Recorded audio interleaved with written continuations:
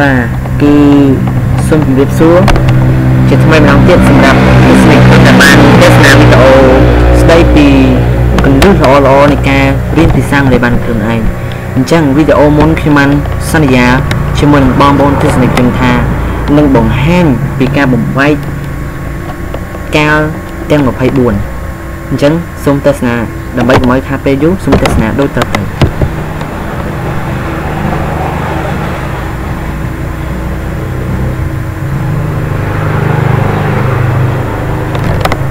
បាទអញ្ចឹងនៅពេលដែលយើងនេះនៅពេលដែលយើងចាំ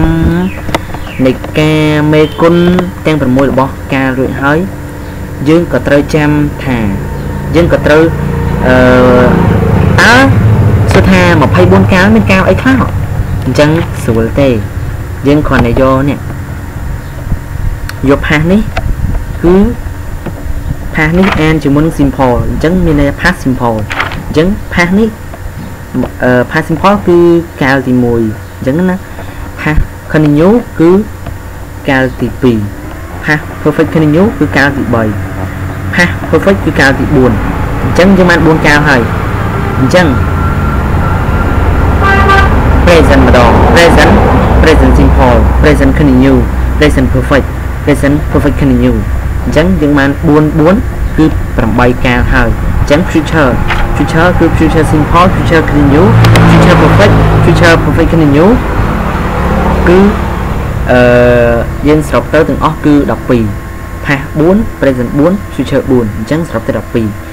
អញ្ចឹងក្រៅពី12នេះគឺមានប្រយោគ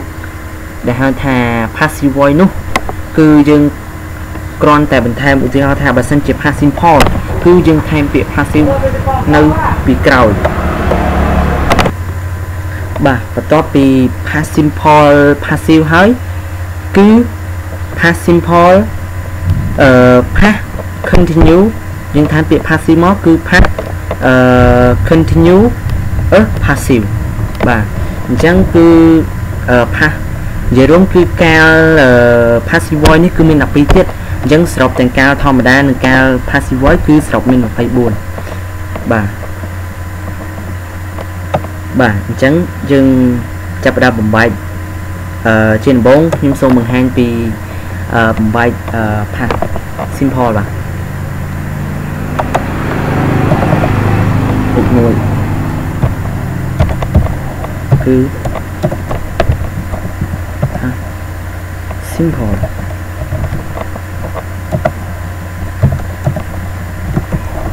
ប្រែថាអតីតកាលធម្មតាបាទអញ្ចឹងយើងតាមដានឲ្យបានខ្ជាប់ខ្ជួនទាំងអស់គ្នានៅចំណុចនេះបាទអញ្ចឹងយើងទៅមើលថាអញ្ចឹងពាក្យ past simple នេះកាល past simple នេះយើងមើលថាមានពាក្យ past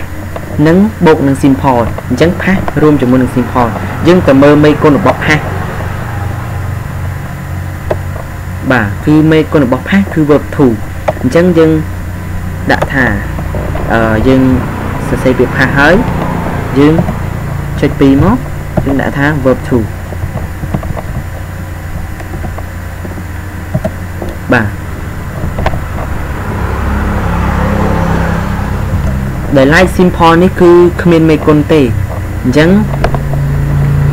សរុបមកគឺ past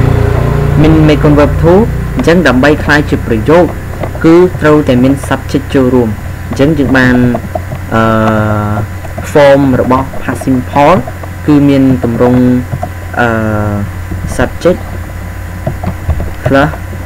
verb to plus នឹងអ្វីៗផ្សេងទៀត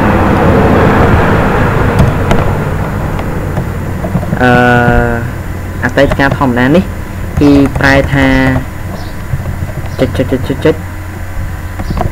បានចុចបាទអញ្ចឹងដើម្បីឲ្យកាន់ច្បាស់យើង រកឧទាហរណ៍ជាមួយគ្នា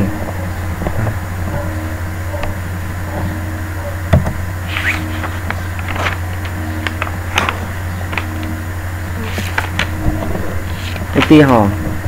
ichi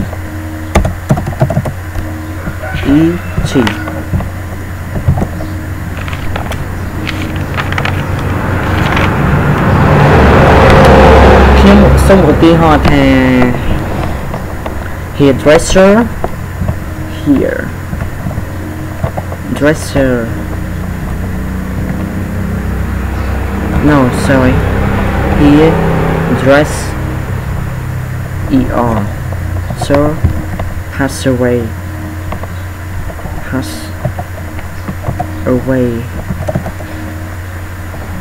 last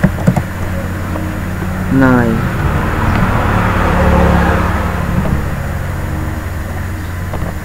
sorry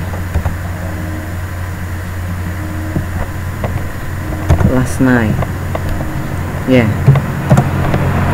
អញ្ចឹងយើងមើលថា hairdresser passed away last night អញ្ចឹងន័យថាជាងកាត់សក់ត្រូវបានស្លាប់កាលពីយប់មិញអញ្ចឹងយើងសួរថាhairdresser ហ្នឹងជាងកាត់សក់ហ្នឹងស្លាប់នៅពេលណា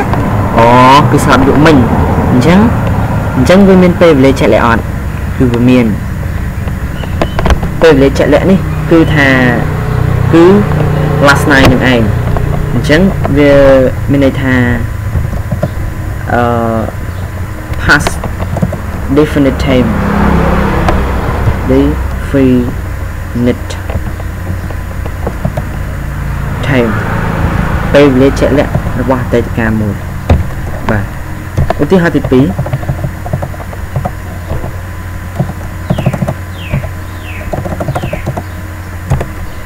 2I meet the historian I meet the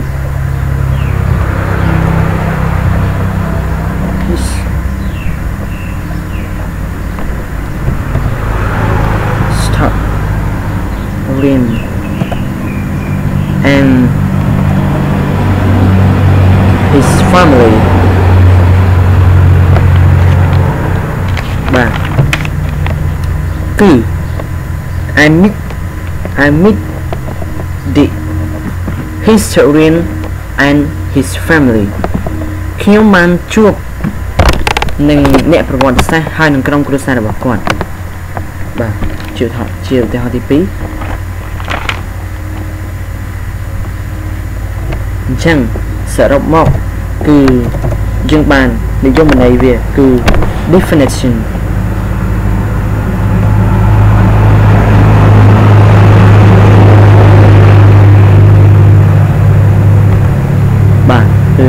definition និយមន័យ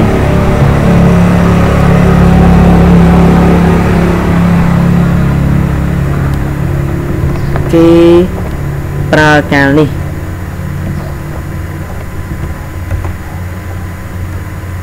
ប្រើកាលនេះ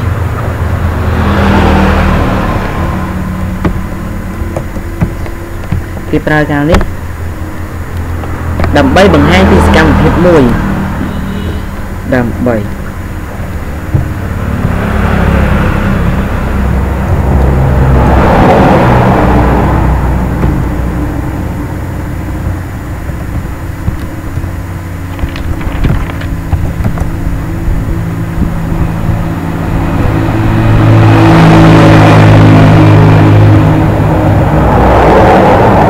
បាទគឺ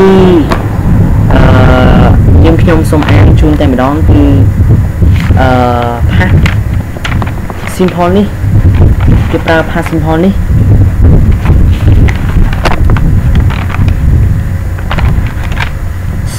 ដើម្បីបង្ហាញពីសកម្មភាពមួយដែលបានកើតឡើងហើយ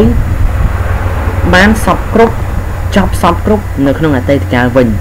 ដោយពេលវេលាជាក់លាក់ឬក៏មិនជាក់លាក់ក៏បានដែរអញ្ចឹងយើងមើលនេះថាជាងកាត់សក់នេះឧទាហរណ៍ទី1គឺជាងកាត់សក់នេះបានស្លាប់កម្មយុមិញអញ្ចឹងកម្មយុមិញនេះគឺបញ្ជាក់ថាពេលវេលាជាក់លាក់អញ្ចឹងឧទាហរណ៍ទី2គឺខ្ញុំបានជួបជាមួយនឹង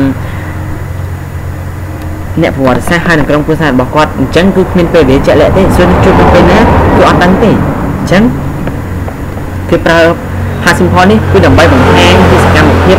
đại ban cá lang tiền tay thì cá hơi chắp sắp rốt từ vinh đòi về để chạy lại rồi co mình chạy lại có bàn đài bà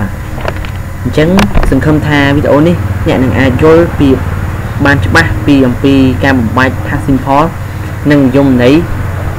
rôm theo tí hỏi bảo việc thằng đài bạn sự mọc cồn súng vậy cái nói nâng to ông pi Park News